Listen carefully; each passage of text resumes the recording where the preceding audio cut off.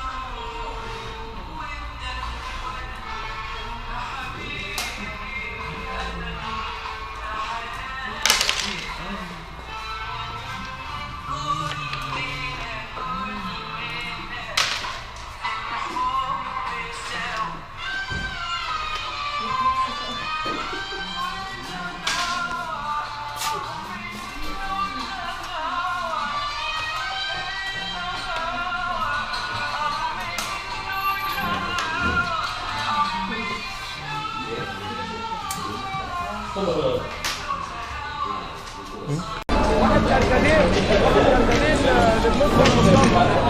استاذ مصطفى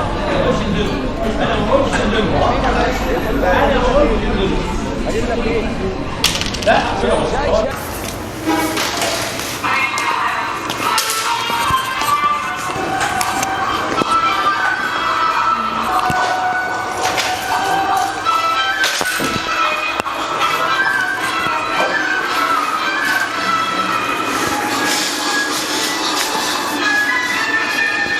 أعزائي المشاهدين، أهلا ومرحبا بكم في حلقة جديدة من برنامجكم قهوة المصريين. والله أنا عندي خبرين النهاردة، مش عارفة أبدأ لكم بأنهي واحد. في واحد بالنسبة لي كويس جدا وفي واحد مش حلو، اللي هو موضوع الحلقة. اللي بالنسبة لي كويس إن أنا خدت البرنامج من دكتور شادي بعد القرار اللي كان بيعمله لي في البرنامج بتاعي، وإنه وقف أكتر من سنة. هاخده منك وش. أنا الخبر الثاني بقى اللي هو إن أنا قرأت امبارح تقرير من الجهات المعنية بتقول إن في 2.25 مليون عاطل في مصر، تتراوح أعمارهم بين ال 18 وال 29. ده غير الناس اللي بيتم تسريحهم من القطاعات الخاصة علشان يوفروا العمالة، وده بيؤدي إلى العنف وانتشار الجريمة في مصر. النهارده هيكون معانا مجموعه من الشباب هيسالونا اسئله وهنرد عليها، واحنا كمان هنسالهم ونشوف هل هنلاقي حلول للموضوع ده، وهل الشباب هم السبب فيه ولا الدوله هي اللي السبب فيه. هضطر ادي المايك لدكتور شادي شويه عشان يعني مش مهم ما يزعلش قوي على البرنامج بتاعه. طب يا جماعه، هي منى يا جماعه اللي بتقول ان انا بنق عليها وبحسدها وبحقد عليها، واحده بتعمل 100,000 مشاهده و150,000 مشاهده و200,000 مشاهده، وبعدين هي سافرت اصلا فوقفت البرنامج تقول لك البرنامج وقف. يعني واحده طول ما هي قاعده المشاهدات شغاله وتقول لك في الاخر احنا اللي شغالين. حسبي الله ونعم الوكيل والله، ولا حسب بينفع ولا نق بينفع. بصوا يا جماعه، موضوع حلقتنا النهارده فعلا موضوع خطير جدا بجد، لان هو بيتكلم عن موضوع يخص الشباب المصري. الشباب بقى بنتكلم في الذكور والاناث، اي حد النهارده عايز يثبت نفسه، عايز يشتغل، عايز يعمل لنفسه دخل، الكلام ده كله مهم جدا بالنسبه له. طب ما عنديش شغل، عندي مشكله ان اللي قال الكلام ده مين؟ الجهاز المصري التعبئه والاحصاء هو اللي قال الكلام ده. يعني مصر معترفه ان فيها 2.25 مليون مواطن ما فيهمش شغل، دي شفافيه. في السن انهي؟ من 18 ل 29. ده معناه ايه؟ ان احنا عندنا بطاله بين الشباب اللي هم الناس المفروض يبقوا هم الحيويه وهم العمل وهم. اسمحوا لي بس النهارده حضرتك ان احنا نبدا الحلقه بشكل مختلف زي ما منى قالت. احب بس اوضح ان النهارده احنا مش هنسال، هنسيب المايك النهارده مع الشباب الجميل اللي معانا يتكلموا ويسالوا ويقولوا رايهم ايه السبب، يسالوا. اكيد عايزينهم يفكروا معانا واحنا نفكر معاهم، عايزين حل للمشكله في الاخر. بس استاذنكم بس قبل ما ابدا، صديقي وحبيبي النهارده معايا الدكتور ايهاب ابو غالي. عايز اقول له ان احنا اول مره بنصور في التوقيت بتاع اعياد الميلاد المجيد. عايز اقول له كل سنه وانت طيب يا حبيبي. طبعا هو كان فاكرني بقى قبل التصوير ناسي، وانا واخد بالي ان هو بجد مش بهزر والله بجد. انا خدت بالي ان هو متاخد. شادي ما قاليش مرضي كل سنه وانت طيب ليه؟ هو شادي فيه ايه؟ وانا ساكت خالص وقمت اخده على الهوا وش على طول. كل سنه وانت طيب يا ايهاب، كل سنه وانت طيب يا حبيب قلبي. وبحبش اقول كلمه كل سنه واخواتنا المسيحيين بخير، لا، كل سنه واحنا بخير، كل سنه ومصر كلها بخير، كل سنه واحنا قماشه واحده ما فيهاش ولا يمين ولا شمال، احنا كلنا واحد. كل سنه ومصر بخير، وكل عيد احلى من اللي قبله. كل سنه، ويعني عايز اقول بقى كلمه اخيره لايهاب شخصيا، كل سنه وانت طيب يا ايهاب يا حبيبي، ويدوم الصحوبيه اللي ما بيننا اللي بقى لها قرب ال 27 سنه، يلا عشان نقول احنا عواجيز، يلا احلى صحوبيه واحلى جدعانه، ولا عمرنا قلنا في يوم ده ايه ولا ده ايه، احنا اصحاب ورجاله مع بعض جدا بجد يعني. كل سنه وانت طيب، وكل سنه ومصر كلها بالف خير. مين عايز يسال؟ اهلا بيكي، تعرف بيكي؟ ايه مرام. اهلا بيكي، سؤالك ايه؟ إيه انا كخريجة اعلام، في زي خريجين اعلام واشتغلوا، إيه وهم اشتغلوا بواسطة، فهل في معايير معينة ان هم يشتغلوا كده؟ طيب هو سؤالها جميل جدا، في حد عنده اجابه للسؤال؟ اتفضل. محمد وهبة، خريج سياحة وفنادق سنة 2011. دلوقتي معايير المهنة بتاعت الإعلام مش متوقفة مثلا إن أنا في بلد معين أو تشغيل معين أو كارير معين. أنا فكرة إن أنا بدور على حلمي حتى لو هخرج بره مصر. دلوقتي بره بيستقطبوا الإعلام، بيستقطبوا المواهب الجديدة في المنصات الاجتماعية، في السوشيال ميديا. دلوقتي خليت التلفزيون يعني آخر حاجة اللي أنا ممكن أتعامل عليها أو أظهر مواهبي فيها. هي دلوقتي بتتكلم ان هي ما عندهاش واسطه، تقول لك تقدر تعمل ايه علشان تبقى في الاعلام او تقدم؟ تعمل سيفيهات وتقدمها بره في بلاد شرق اوروبا. مش شرط ان انا اول ما اروح اوروب، ممكن ابقى في الميدل ايست بس بلد تانية، افريقيا. في ممثلين كتير وفي ناس اعلام كتير ابتدت مشوارها من بره مصر. يعني حضرتك تقصد تقول ان هي تشتغل على نفسها وما تستناش ان في واسطه تجيلها او حاجه؟ لا، يعني معظم المشاهير او الناس اللي هي عندها كارير ناجح دلوقتي ابتدت من صفر او تحت الصفر كمان، وكان يعتبر ثروتهم صفر في كواسطه او كفلوس او بار اوف ماني او بار. يعني يا جماعه من الاخر هو عايز يقول ان المفروض ان احنا نعتمد على نفسنا، ما نعتمدش على الواسطه. لو انت عندك سي في كويس، لو انت عندك واخده كورسات كويس وحاجات كويسه، اكيد في اماكن محترمه كتير جدا هتقبلها. يعني الواسطه مش شرط. في ناس كتير جدا بتتعين بواسطات، بس في ناس بتجتهد وبتعتمد على نفسها غصب عنهم بيضطروا ياخدوهم. مين عنده سؤال تاني؟ تمام. تعرف بيكي؟ ايه عصام. ايه سؤالك ايه؟ بصي، هو انا المفروض انا خريجه حقوق انجلش جامعه المنصوره. انا مش عارفه في مصر المفروض الواحد، يعني انا خريجه حقوق، المفروض ان انا اشتغل يا اما محاميه حره يا اما اشتغل شؤون قانونيه في شركه او في بنك. بس طبعا انا مش عارفه اشتغل محاميه حره عشان المجال ما عادش يسمح، وفي نفس الوقت مش عارفه اشتغل في شركه او في بنك علشان انا مش معايا واسطه. وطبعا بالنسبه للسلك بتاع النيابه والقضاء والحاجات دي لناس معينه خالص، لطبقه تانية. فانا بتكلم في نقطه معينه دلوقتي، نسبه البطاله او ان انا مثلا ان انا اكون عاطله او كده. انا في مصر علشان اشتغل المفروض اشتغل بشهاده غير شهادتي، ده لو هشتغل. لكن بشهادتي يعني انا بالنسبه لي مش شايفه في شغل، حتى لو انا شغلانتي حره. يعني انا المفروض ابقى محاميه حره، مش لاقيه شغل برضو على فكره. يعني زي ما انت شايفه كده وضع البلد عامل ازاي. هو غالبا كل الشباب اللي في مصر عايز يعتمد على الواسطه في الغالب، لان الاستاذه برضو لما قالت احنا قلنا ممكن نعمل سي في لنفسنا وناخد كورسات وناخد حاجات كتير ونروح لاماكن محترمه جدا تقدر ان هي تشغلنا غصب عنها بالسي في بتاعنا. بالنسبه لمجال المحاماه، مجال المحاماه كبير جدا، ممكن تشتغلي في اي حاجه مش شرط. هي الفكره ان الشباب فعلا، ودي قضيه بجد المفروض ان احنا نخلي نظرنا ليها، ان احنا كلنا عايزين نمشي بواسطه. انت شايفه ان دي مشكله في الشباب ولا ايه؟ لا، هو انا شايفه ان هي مشكله في البلد اصلا، ان انت علشان تمشي في حاجه او تمشي في مجالك لازم واسطه. مش المشكله في الشباب. دلوقتي انا لو متوفر لي شغل، او لو انا مثلا قادره ان انا بتقديري او بمجهودي اشتغل ويبقى ليا مكان في شركه او في بنك شؤون قانونيه، ما كانش زماني قاعده كده، ما كانش زماني عاطله، او ما كانش زمان في بطاله. غيري بقى شباب كتير، وكل الكليات على فكره كده، مش انا بس. يعني كل الكليات بيبقى بيتخرجوا ما بيبقاش في شغل، او بمعنى اصح عشان يشتغل ما فيش حد عندنا بيشتغل بشهادته. هي ممكن تكون القيود اللي موجوده اصلا في مصر هي اللي عامله كده. يعني مثلا انت ممكن تروحي تشتغلي في اي شركه يقول لك عايزين خبره 5-6 سنين. طب انا لسه متخرجه السنه دي، هجيب خبره منين؟ انا المفروض ابقى فريش جرادويتد ومعايا خبره. يعني انا فريش وبخبره كل حاجه وسيديهات وترابيزات بلياردو وبنك وكل حاجه. طيب يا جماعه، بما اني واخده البرنامج من دكتور شادي وانا شايفاه قاعد متضايق، فانا هسيبه يجي هنا كده يكمل مع الشباب ويجاوب على الاسئله. لا يا فندم كملي. سبت لك شويه، معلش كملي. معلش. يا جماعه كملوا عادي خالص، بكم انا مش موجود، بص على الجنب اهو انا مش موجود عادي خالص يعني. ما اتفضلي يا فندم والله. لا معلش، لا اتفضلي معلش. لازم يبقى عندنا دم. لا بقى خلاص، ما هي حلقه بطاله اعطر انا كمان عادي خالص يعني. طبعا يا جماعه والله انا هعيد الكلام تاني، 5 برامج ومئات الالاف وبتاع مفيش فايده يعني. المهم يا جماعه انا مش طالع حضراتكم عشان بس ناخد الكادر بتاعنا صح كده والمخرج ما يبهدلناش بقى، يعني لازم ناخد الكادر صح.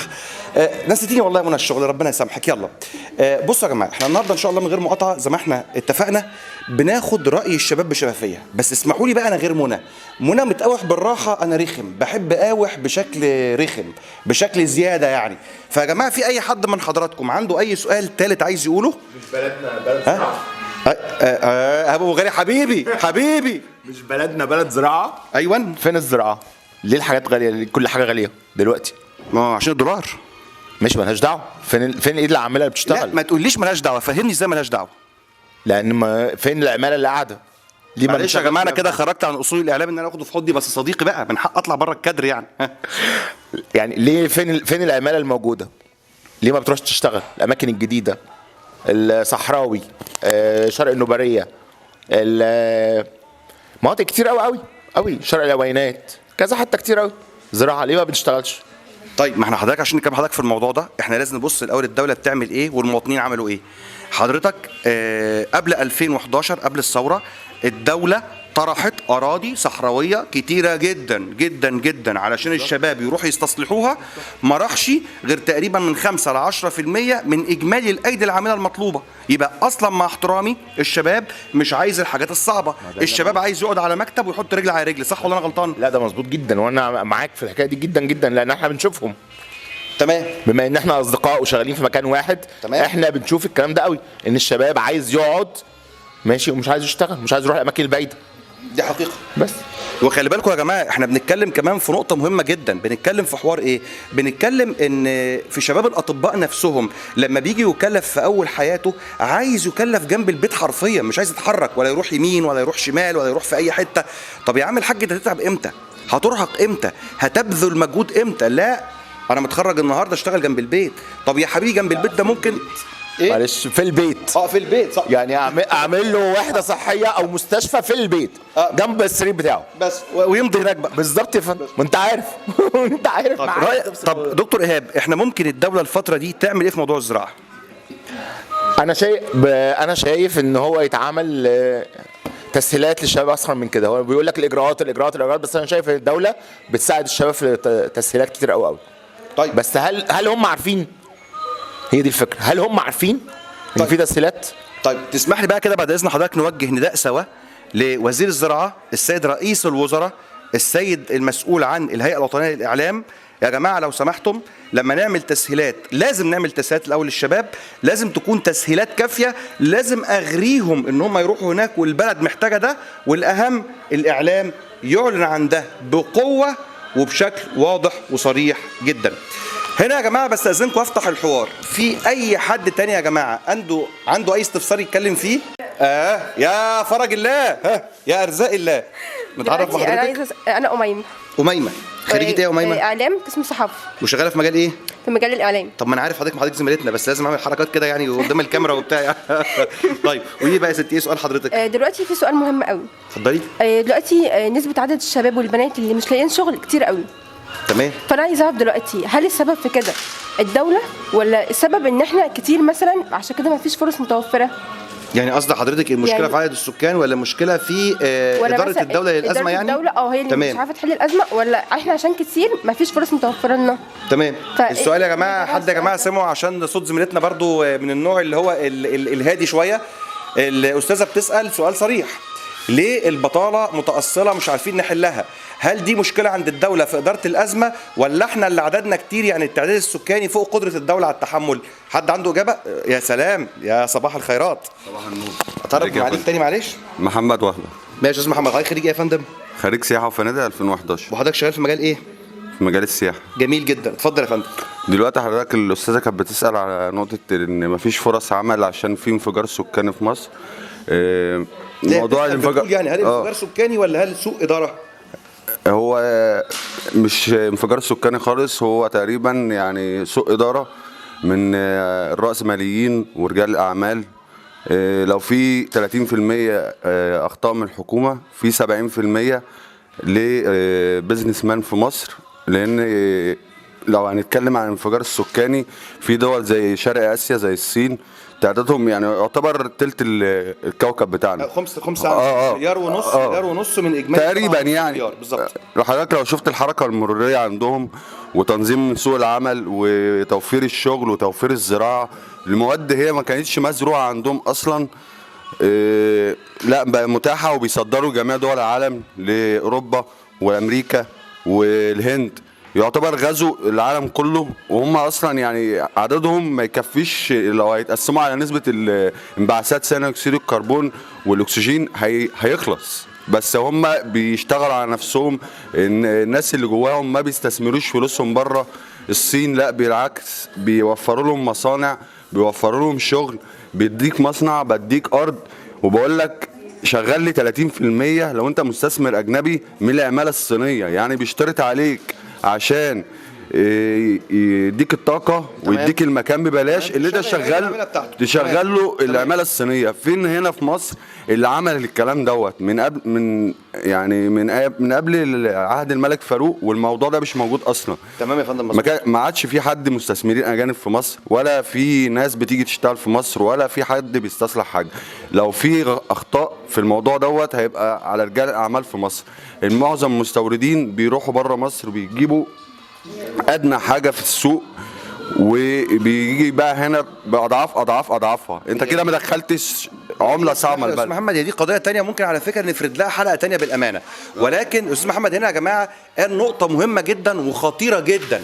القصه ولا قصه اداره الدوله، ولا هي حتى قصه، ولا هي قصه اداره الدوله، ولا هي قصه انفجار سكاني عالي خالص. ده قصه حاجه تانية خالص، ان رجال الاعمال مقصرين في الشغل بتاع الناس. ليه ما بتشغلوش الناس؟ واسمحوا لي هنا يا جماعه معلش، وانا مش دوري كمذيع ان انا اقول رايي، بس اسمحوا لي ان انا اقول رايي هنا. يا ريت رجال الاعمال يتخذوا من الحاج محمود العربي رحمه الله عليه بتاع شركات، ودي مش دعايه يعني، الراجل مش محتاج دعايه الله يرحمه يعني. شركات العربي طبعا مكسره الدنيا.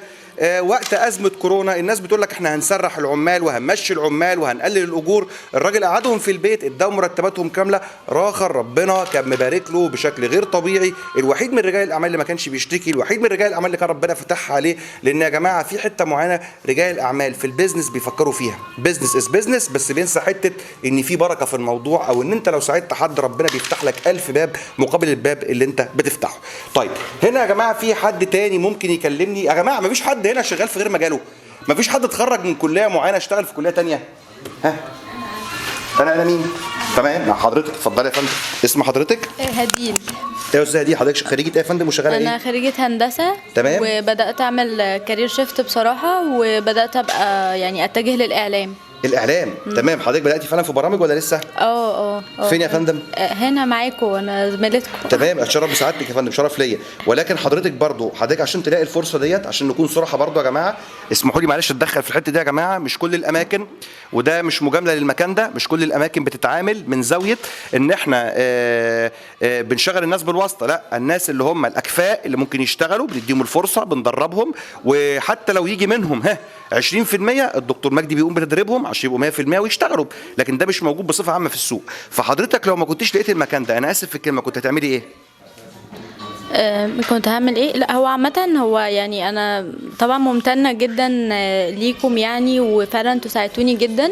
لا العفو، انا مش قصدي يا فندم امتنان، لا بجد والله فعلا. افرضي المكان ده ما كانش موجود، حضرتك كنت هتسعي ازاي عشان تكملي؟ لا هو عادي، احنا يعني اولا الانترنت دلوقتي ما بقاش مخلي حد محتاج حاجه. تمام. احنا يعني انا عامه قبل ما اجي هنا برضو اخدت كورس اونلاين الاول. تمام. عشان اشوف نفسي يعني هبقى يعني اجتهدنا. واحد اجتهدنا. تمام.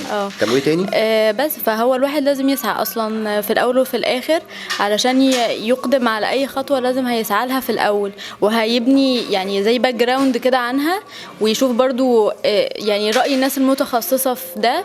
في يعني هو يعني انا مثلا عامه ما بدأتش أدخل في المجال غير لما سمعت رأي الناس المتخصصة فيا. يعني الأول هل يعني تمام. هيجي مني ولا خلاص ألغي الفكرة دي من دماغي تمام. أصلا. فلا الحمد لله يعني لقيت إن هو يعني في ترحاب أو كده، فيعني بدأت أخد خطوات يعني إيجابية. يبقى حضرتك هنا يا فندم ناخد هنا يا جماعة نقطة مهمة جدا في الموضوع. هي عشان عايز تعمل كارير شيفت ما يتش غير وخلاص، لا هي خدت كورس الاول وبعدين خدت راي الناس اللي هم اهل العلم والمتخصصين والخبره عشان تقول لهم انا تمام ولا مش تمام، اكمل ولا ما اكملش. يبقى هنا يا جماعه هي اخذت بالاسباب. بس اسمحوا لي برضو، انتوا عارفيني لازم اعلق ولازم اقول، فرضنا بقى ان المكان مش هنا، ومش تحيز للمكان والله بجد، نروح في اي مكان تاني عايزين نشتغل، واسطتك مين؟ محسوبيتك مين؟ او هات لنا سبونسر يعني راعي يدفع لك ثمن برنامج عشان تطلع على الهوا. في ناس طبعا بتشتغل يوتيوب، انا ما بتكلمش على السوشيال ميديا دلوقتي، بتكلم على القنوات معاك سبونسر يا باشا، اطلع. انت قريب فلان او قريب علان جوه الاعلام، اطلع. فلان موصي عليك، اطلع. غير كده بنلاقي اوائل اعلام، انا بجيب من الاخر عشان ما حدش يقعد يقاوحني، اوائل اعلام قاعدين في بيوتهم. للاسف اللي بيحكم الاعلام النهارده الفلوس رايحه فين وجايه منين. كده انا خدت بصراحه حقي ورخمت على منى وعرفت امسك كده حبه حلوين في الحلقه، فهضطر اديها المايك اسفا باكيا حزينا، هضطر اديها المايك عشان تكمل هي. اتفضلي يا منى يا باشا. ها يا مهون، اتفضلي يا باشا. حد عنده اي اسئله تانية او عايز يضيف حاجه يا جماعه؟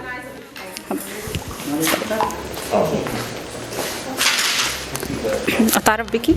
انا اسمي سمر عوده. اهلا بيكي، حابه تضيفي ايه؟ بصي حضرتك، انتوا بتتكلموا في موضوع البطاله وكده ومين السبب فيها وان احنا ازاي نحلها.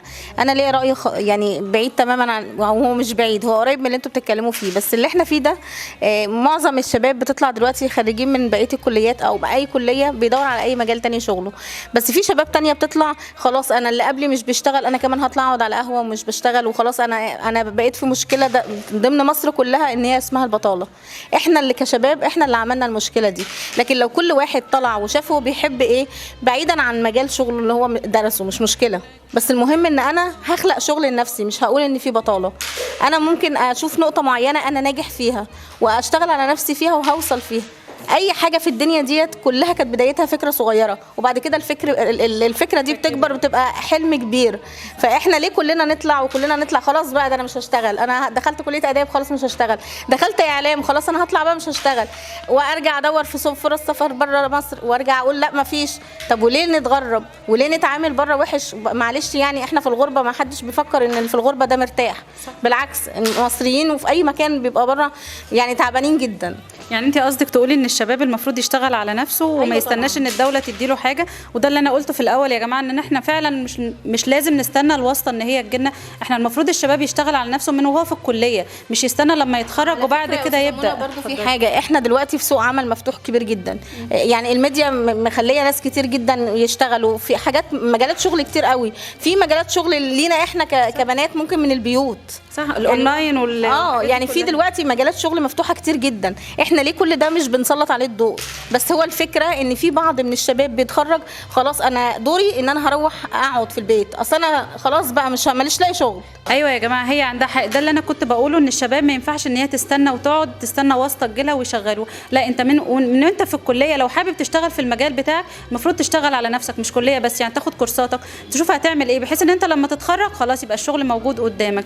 طيب انا مثلا مش عايز اشتغل في المجال بتاعي، فهدور من وانا لسه في الكليه قبل ما اتخرج واقعد وازهق واقول ايه ده انا قاعد بقالي سنه بقالي سنتين بقالي 3 محتاجه اعمل حاجات اكتر. لا، طب ما انا عندي مثلا في ناس كليات 4 سنين وفي 5 وفي 7، طب انا من قبلها اقعد افكر انا هشتغل ايه واشتغل على نفسي واشوف هعمل ايه. ما نستناش ان كل حاجه الدوله تعملها لنا او الواسطه تجيبها لنا. اللي عايز يشتغل على نفسه هيشتغل فعلا وهيبقى كويس وهيعمل كل حاجه في مجالات كتير جدا. في حد تاني عنده اي اسئله؟ تعرف بحضرتك؟ جهاد الشعار، مدير شركة مواد تجميل ومخرج سوري هنا في مصر. اهلا بحضرتك. اهلا وسهلا بك. سؤال حضرتك ايه؟ والله انا ما عنديش سؤال، بس عندي شوية تعقيبات كده على ناحية البطالة. اول حاجة ابدأ بآية كريمة، بسم الله الرحمن الرحيم، وجعلنا الليل لباسا وجعلنا النهار معاشا. يعني دلوقتي بقت الحاجة تتاخذ بالامثال، يعني مثلا الوقت دلوقتي بقى معدوم، وده السبب للبطاله. هقول لك ازاي. يعني بقت الناس دلوقتي يعني بتلاقي اي حد بيقول لك انا هفتح 2-3 الظهر، طب ماشي، وهبدا لك كمان بحديث للرسول عليه الصلاه والسلام، اللهم بارك لامتي في بكورها. طب انا ازاي دول هاخذهم ارميهم على جنب واخذ ام كلثوم دلوقتي فما اطال النوم عمرا ولا قصر بالاعمار طول السهر؟ لا، انا هسهر وانام. طب ليه؟ فهمت ازاي؟ انفقدت البركه. طب ليه احنا دلوقتي خدنا الاغنيه فما اطال النوم عمرا ولا قصر بالاعمار طول السهر، ونسينا حديث الرسول اللهم بارك لامتي في بكورها، صح؟ طب بلاش حديث الرسول عليه الصلاه والسلام بسم الله الرحمن الرحيم وجعلنا الليل لباسا وجعلنا النهار معاشا. طب ماشي، بقيت انا اخذ الوقت والوقت بقى معدوم عندي. طب ازاي انا هبيع لمين في الليل لما اصحى 12 واخذ 4-5 ساعات؟ طب ازاي هيشتغل؟ تمام. هي دي فعلا مشكله، الشباب كله ما شاء الله عايز يصحى الساعه 2 الساعه 3 الظهر. دي مهمه جدا. أيوة. دي مهمه جدا. ليه؟ لانه في مثل بيقول لك الوقت كالسيف ان لم تقطعه قطعك. خلاص يعني انا قطعت الوقت خدته نوم. طب ماشي، انا هبيع في الحلم ولا هبيع في السرير ولا اروح ابيع السندوتش عندي في المطبخ للثلاجه؟ لا ما ينفعش، صح؟ عشان كده الوقت انعدم. اول حاجه الوقت وانعدام البركه. الرسول عليه الصلاه والسلام زي ما قلت لك دعانا في البكور. طب ازاي كده انا هشتغل؟ دي اهم حاجه. والحاجه الثانيه والمهمه جدا الضمير. الضمير، لان الاتقان الضمير انك تبيعي انت زي ما انا بجيب لي مثلا لابني، ماشي، بجيب له لابني مثلا سندوتش لحمه، انا عاوز اللحمه اغلى لحمه. طب ماشي، اذا انت عندك مطعم وبتجيبش لابنك سندوتش لحمه اغلى لحمه، بتروح تبيع للزبون مثلا انا هبيع، انا اسف جدا اذبح اي حاجه وابيع. فهمت ازاي؟ دي حاجه مهمه. الضمير، اذا انعدم الضمير انعدم كل حاجه، ودي سبب من اسباب البطاله. الوقت، النوم، السهر، دي كلها امور تسيطر على المجتمع. طب ازاي انا هرفع مجتمع اذا كنت انا ماشي بقوانينه، من ضميريا، من شغل، من انه يبقى لي امان في المجتمع، انه حد هيشتري مني بسد، يعني خلاص هو واثق انه ده المكان. طب ماشي، انا هرفع تنميه المجتمع وهرفع اقتصاده ازاي اذا كان انا ما فيش ضمير عشان مجتمعي يبقى نهضته بيا، صح؟ شكرا لحضرتك. هنشتغل بقى ويقطع عليا بقى يعني عشان انا واخده البرنامج بتاعي. يعني بصوا يا جماعه، حتى المايك بتاعي حتى المايك بتاعي اتكسر في الكواليس، حاجه يعني غريبه الشكل. المهم يعني طيب احنا بس يا جماعه استاذنكم، معانا الشيف القصراوي صديقي العزيز برضو، هو عامل قناه حلوه جدا على اليوتيوب تخص تفسير الاحلام. عايزين نسال معاليك، وهسيبك انت تروح يعني، عايزين نسال معاليك يا فندم ازاي او يعني فقد العمل في الحلم معناه ايه؟ اتفضل يا فندم. لا طالما انت قلت لي روحي يبقى انت اللي مفيش عيب، انا ديه يا ساتر يا رب. ايوه دكتور، اتفضل يا ريس عشان بس ناخد الكادر واحد. اتفضل يا باشا. فقد اي شيء في الاحلام في العموم عامه ده ضياع الشيء دوت، تمام. لو جينا بقى اتكلمنا على فقد العمل فده رزق ضايع. يعني في رزق انت معاك او رزق انت بتسعى له او كده، او موجود معاك نفسه العمل نفسه ده هيضيع منك، تمام. بس ممكن ضياع العمل ده بيبقى من كتر التفكير، يعني الحلم بتاعه نفسه ده بيبقى من كتر التفكير في الحاله اللي معاك، ان الشغل مش عاجبك، الدخل اللي داخلك من العمل ده مش كويس بالنسبه لك، فده بيبقى خلي عقلك الباطن دايما بيفكر في النقطه دي، فتبدا تحلم بالاحلام ديت. يعني انت قصد حضرتك برضو ان احنا ما نركزش قوي في القصه، نركز الاول هي رؤيه ولا حديث نفس ولا وسوسه من الشيطان؟ طبعا ده اساس الاحلام. اساس الاحلام ان هي 3 حاجات: رؤيه من الشيطان، ورؤيه من عند ربنا سبحانه وتعالى، ودي اللي تبقى الرؤى المحققه، وفي اللي هي الحاجات بقى اللي بتبقى من كتر تفكيرك بقى اللي هي حديث النفس. عقلك الباطن بيشتغل بالليل، بيبدا يديك الحاجات اللي انت بتفكر فيها طول النهار، واخد بالك، وبيمثلها لك بقى في احلام مع تدخل الشيطان. فبتبدا دي حاجات بتبقى انت مش حاجات يعني مش وسوسه وكده، وتبدا انت تضايق نفسك بيها، ان هي في الاول في الاخر حديث نفس فقط لا غير. يعني ادي الموضوع كله. تمام يا سعاده الباشا. طيب بقول لكم يا جماعه، ما تيجوا بقى فكوكوا بقى من الجو الدسم ده بتاع الحوار التقيل ده، ونقلبها بقى شويه ظرف كده ودم خفيف. ايه رايكم يا جماعه نشوف بقى المواهب اللي معانا؟ حد يا جماعه معانا بقى موهبه بقى، عايزين بقى مواهب بقى، حد بيغني، حد بيعمل اي حاجه، حد له في الرسم وجايب رسومات معاه بالصدفه، في اي حد بيعمل اي حاجه؟ انا ممكن اغني لو ما حدش في حد، انا ممكن اغني. انا جاي لك اهو يا ليل. لو حلو حلو يعني. لا الصراحه مش هصور مع حضرتك، همشي على طول. هتعرف بحضرتك؟ يا ياسر الشافعي. ياسر باشا، حضرتك ايه الموهبه اللي عند حضرتك؟ غنى. انت بتنافسني يعني؟ هنشوف ماشي يا عم ياسر. بتحب تغني قديم ولا جديد؟ بتغني ايه بالظبط؟ طربي ولا غنى شبابي؟ بغني شبابي وبرضه كلاسيكي وقديم وكده. طيب حضرتك هتسمعني ايه النهارده؟ اغنيه شبابيه اجتماعيه. اتفضل يا باشا، المايك معاك. تمام. مالك مش باين ليه، قلبك تايه من مدة كبيرة، خايف متكتف ليه، في عيونك حيرة وحكاوي كتيرة، متغير ياما عن زمان، قافل على قلبك البيبان، حبيت وفرقت كم مكان، عايش جواك إحساسك كل يوم يقل، وتخطي وخطوتك تزل، من كتر ما أحبطوك تمل، فين تلقى دواك، بتودع حلم كل يوم، تستفرد بيك الهموم، وكلكم والغربة كوم، والجرح كبير، ما بتديش حاجة اهتمام، أهلا أهلا سلام سلام، بقى طبعك قلة الكلام ومفيش تفسير، داري داري يا قلبي مهما تداري، قصاد الناس حزننا مكشوف، وهو عادي عادي، محدش في الدنيا دي بيتعلق بشيء إلا وفراق ويشوف.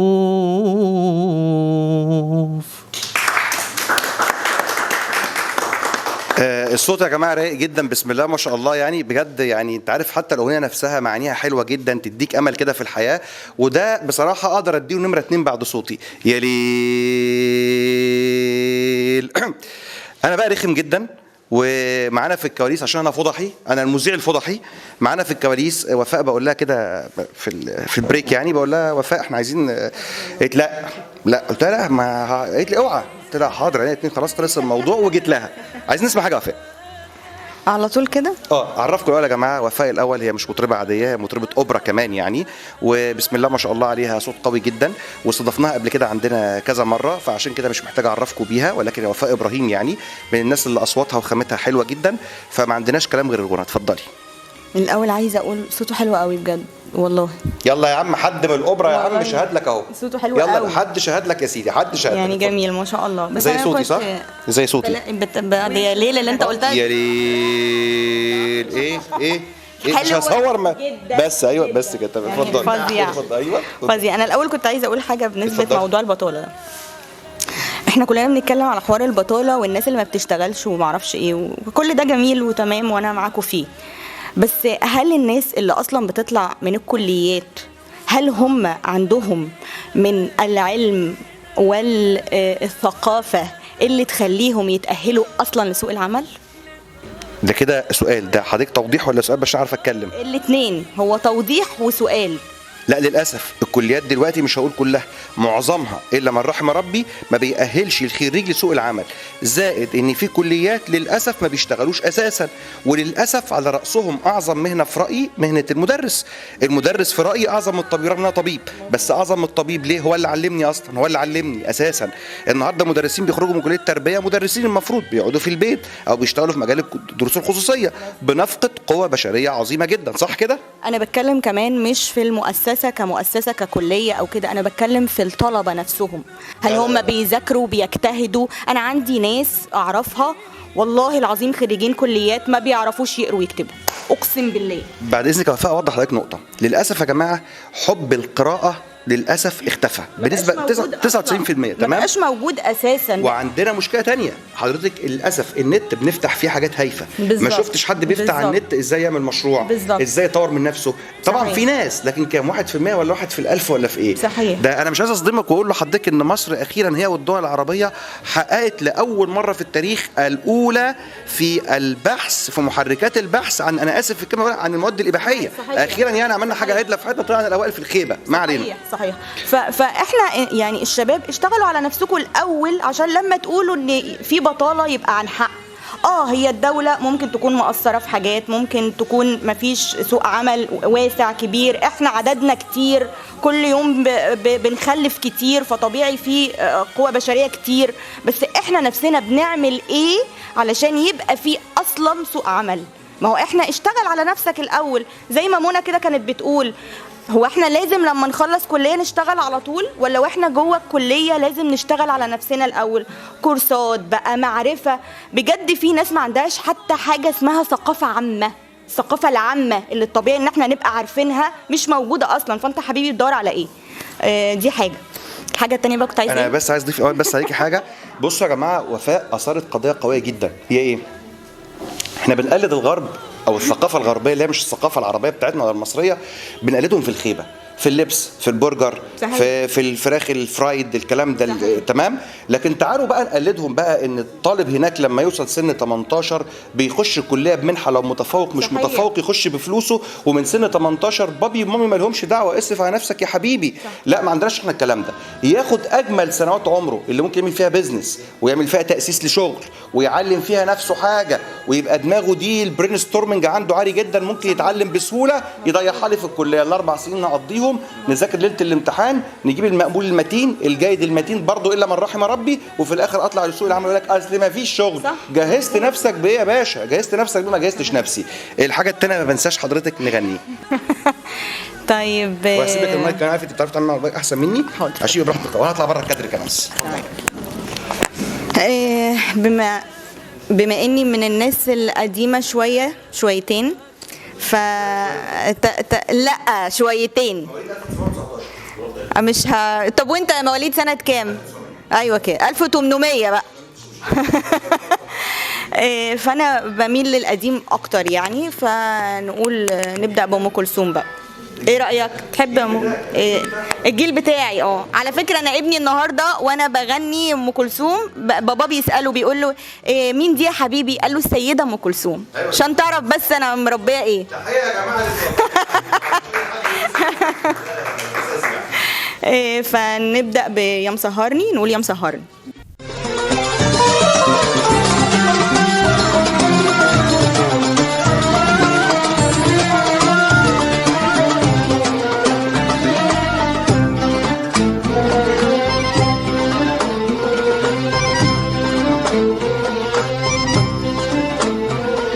ما خطرتش على بالك يوم تسأل عني،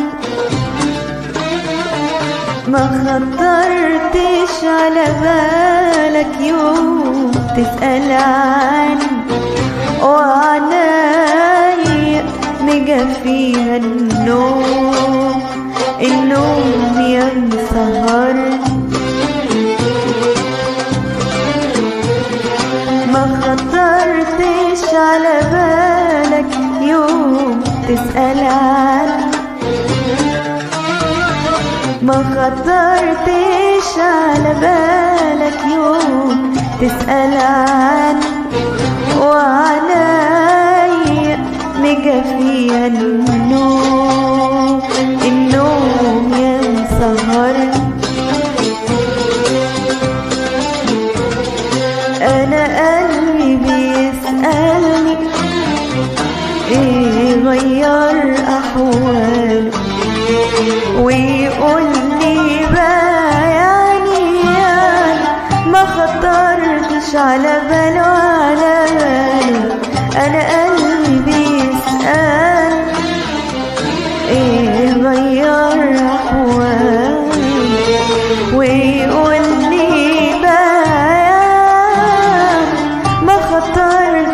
على باله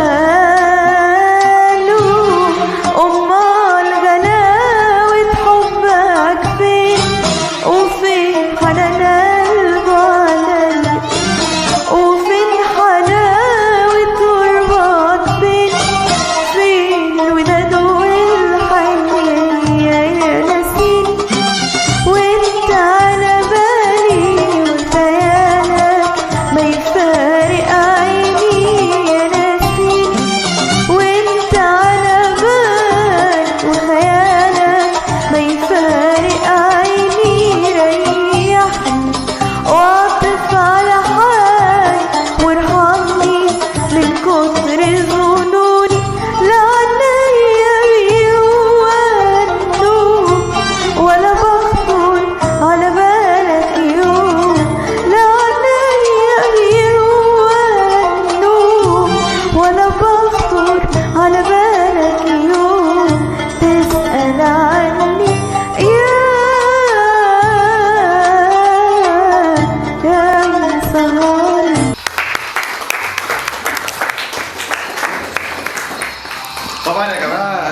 الحق ان انا اقول يعني وفاء كده كده يعني غير انها مطربه مذيعه جامده جدا، اتعاملت طبعا مع الكاميرا الطبيعي بتاعها يعني. ودلوقتي بقى يا جماعه كده ايه، نقول بقى كده عشان ننهي نهيه حلوه ونهيه جميله، حاجه كده ظريفه، حاجه بقى تدينا الامل بجد يعني. معايا ومع حضراتكم بطل العالم المصري، اسمع الكلمه الحلوه دي، بطل عالم مصري. معانا الكابتن حامد مصطفى خلاف، بطل العالم في القوى البدنيه، والبطوله ما اتلعبتش على ارض مصر ولا حاجه، اتلعبت في امريكا. رحنا هناك غزينا البلد، خدنا البطوله ورجعنا تاني. ازاي حضرتك يا كابتن؟ ازي حضرتك يا دكتور؟ الله يخليك. معلش بقى حضرتك قبل اي حاجه خالص انا عايز اعرف ايه هي اللعبه اللي حضرتك بتلعبها عشان الشباب يعرفوها، لان حضرتك بسم الله ما شاء الله قل اعوذ برب الفلق، البنيه الجسديه قويه جدا، فندي بقى قدوه للشباب. عباره عن ايه يا فندم اللعبه دي؟ تمام، انا لاعب منتخب مصر القوى البدنيه. القوى البدنيه هي بتعتمد على السكوات اللي هي الرجلين، والبنج بريس، والديد ليفت اللي هي الرفعه المميت. بيعتمد بقى اكتر توتال رفعته في السكوات والبنج بريس والديد ليفت، بيتحسب بقى بالاخر ويتحدد بقى ايه ترتيب اللاعب من اول من تاني من تالت كده. اللي ممكن افهمه كده يا فندم من كلام حضرتك انها بتعتمد على قوه الفخذين وقوه الذراعين مع الصدر وقوه الظهر، صح كده ولا غلطان؟ تمام، بس احنا كلاعيبه قدام يعني ولاعيبه محترفين بنعتمد باعضاء الجسم كلها، ان رفعه السكوات او البنج او الديد ليفت هي مش رفعه بسيطه ولا رقم بسيط، لا احنا بنعتمد ان احنا بنشيل وزن عالي، توتال عالي، ان احنا بننافس لاعيبه دوليين كبار، فلازم كل جسم يكون شغال، ما ينفعش عضله واحده تكون شغاله، بالعكس السكوات عضله الرجل لازم كلها مع قوه الظهر مع الكتف الخلفي مع الامامي، كل ده لازم يكون شغال عشان انا بعتمد على الجسم كله من الف للياء. طيب سؤال بعد اذنك يا كابتن، مصر وضعها ايه بالنسبه للعبه؟ حضرتك بطل عالم، وانا عرفت من الكواليس ان حضرتك بطل عالم 3 مرات، دي مش اول مره، صح ولا انا غلطان؟ أنا حصلت على بطولة العرب أول عرب، حصلت على ثالث أرنولد كلاسيك، حصلت على قبل كده 7 محترفين عالم في دبي. المرة دي حصلت بقى على عدة 50 ميدالية على مستوى مصر وكاس مصر وكده جمهورية. دي الميدالية الوحيدة اللي لها معزة خاصة عندي، إن ديت الحمد لله تصنيف الحمد لله أول في رفعة الديد ليفت، وثالث في القوى البدنية الكاملة، عملت ذهب وبرونز لمصر. فالحمد لله شغلنا كله بيبقى شغل على بنعتمد على نفسنا في التمرين كويس، معنا اتحاد كويس، معنا اللي هو محمود بركات رئيس الاتحاد المصري للقوة. كان الأول القوى البدنية في مصر المهمشة ما كانش فيه تسليط ضوء عليها، ما كانش فيه اهتمام في سفريات في أي حاجة، بالعكس بعد تولوا منصبه دلوقتي كل البعثات بنسافرها، فيش بعثة ما بنسافرهاش، بس قبل ما بتسافر لازم تبقى تبع وزارة الشباب والرياضة وانضميت المنتخب، في تجارب بتتعمل. طب معلش يا كابتن اسمح لي اقطعك عشان يهمني حاجة هنا. حضرتك محتاج ايه من الدوله تدعم حضرتك بيه عشان يستمر هذا الانتصار ويبقى في جيل جديد زي حضرتك طالع؟ هو محتاج بس يكون في رعاه للعيبه، ان مصر فيها لعيبه كبار جدا ولاعيبه ما تقدر تعمل اي طفره في لعبه الباور ليفتنج. احنا محتاجين ان يكون في رعاه لينا. انا بتمرن لوحدي، انا بسافر طبعا الاتحاد ليه اتجاه وانا بيبقى ليا اتجاه، ان انا ببقى تمريني ببقى لوحدي، ما فيش حد واقف معايا، ما فيش مدير فني، ما فيش مدرب، ما فيش الكلام ده كله. ما فيش الكلام ده. فين بقى لما لازم بننضم للمنتخب؟ بيتعمل معسكر صغير، بنلعب بنسافر، بس انت قبل ده انت بتروح تجارب. يعني انا في التجارب لو ما شلتش حديد مش هنضم للمنتخب. طب قبل التجارب انت بتتمرن ازاي؟ وسط يا كابتن، وسط بعد اذنك يا كابتن، الساده رجال الاعمال ارجوكم بنعمل دعايتنا على برامج او على لعيبه ما بتجيبش بطولات، مش هقول في العاب ايه. لما يبقى عندنا ابطال عالم ارجوكم الساده المحترمين رجال الاعمال خليكوا رعاه للابطال دول عشان يبقوا قدوه حسنه لشبابنا، عشان ما نقولش شبابنا بيضيع ليه. القدوه اهي، ما عندكمش حجه. في نقطه كمان كنت عايز اتكلم عليها، احنا كمان عندنا كاس العالم في شهر 3.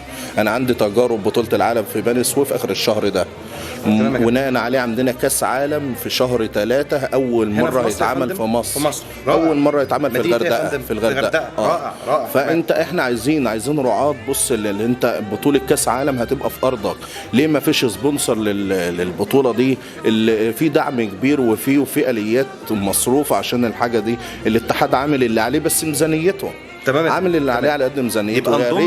يبقى نضم صوتنا لصوت الكابتن. يا رجال الاعمال اغيثونا، ابطالنا محتاجين وقفه منكم. أعزائي المشاهدين، كان معانا النهارده بصراحة يعني بوتقة جميلة جدا من الشباب اللي بيفكر، من الشباب اللي عنده حماسة، من الشباب اللي عايز يبقى حاجة، من الشباب اللي بيبص للمستقبل وبيفكر إيه اللي بيحصل في الدنيا. ده في حد ذاته شيء عظيم جدا. كان معانا النهارده القدوة الحسنة، وللأسف الوقت ما سعناش. كان معانا النهارده رئيس اتحاد الغربية للشطرنج. مش عايز أقول لكم الشطرنج مكسر الدنيا إزاي، كنا لسه عايزين نتكلم إن شاء الله في الحلقة الجاية بإذن الله. كان معانا النهارده بطل عالم من مصر، كان معانا النهارده إعلاميين من مصر شباب، كان معانا النهارده ناس زي الورد في كل المجالات. تحياتي ليكم واشوفكم على المره الجايه. يا جماعه كمان اشوفكم على المره الجايه في قهوه المصريين. شادي غانم بدون منى السعيد. لا وانا معاك بدون منى السعيد. هاخد البرنامج منه. بدون منى السعيد. هاخد البرنامج منه. الرياح ضافيها المكتاف والملاح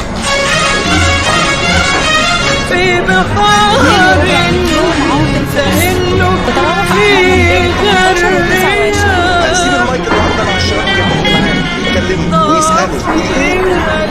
وهم اشتغلوا بواسطة بالنسبة للسلك بتاع الأيام كل حاجه دلوقتي لسه بتعمل الشباب دلوقتي ما بقاش مخلي حد محتاج حاجة، بس في شباب تانية بتطلع خلاص. عامة ده ضياع الشيء ده.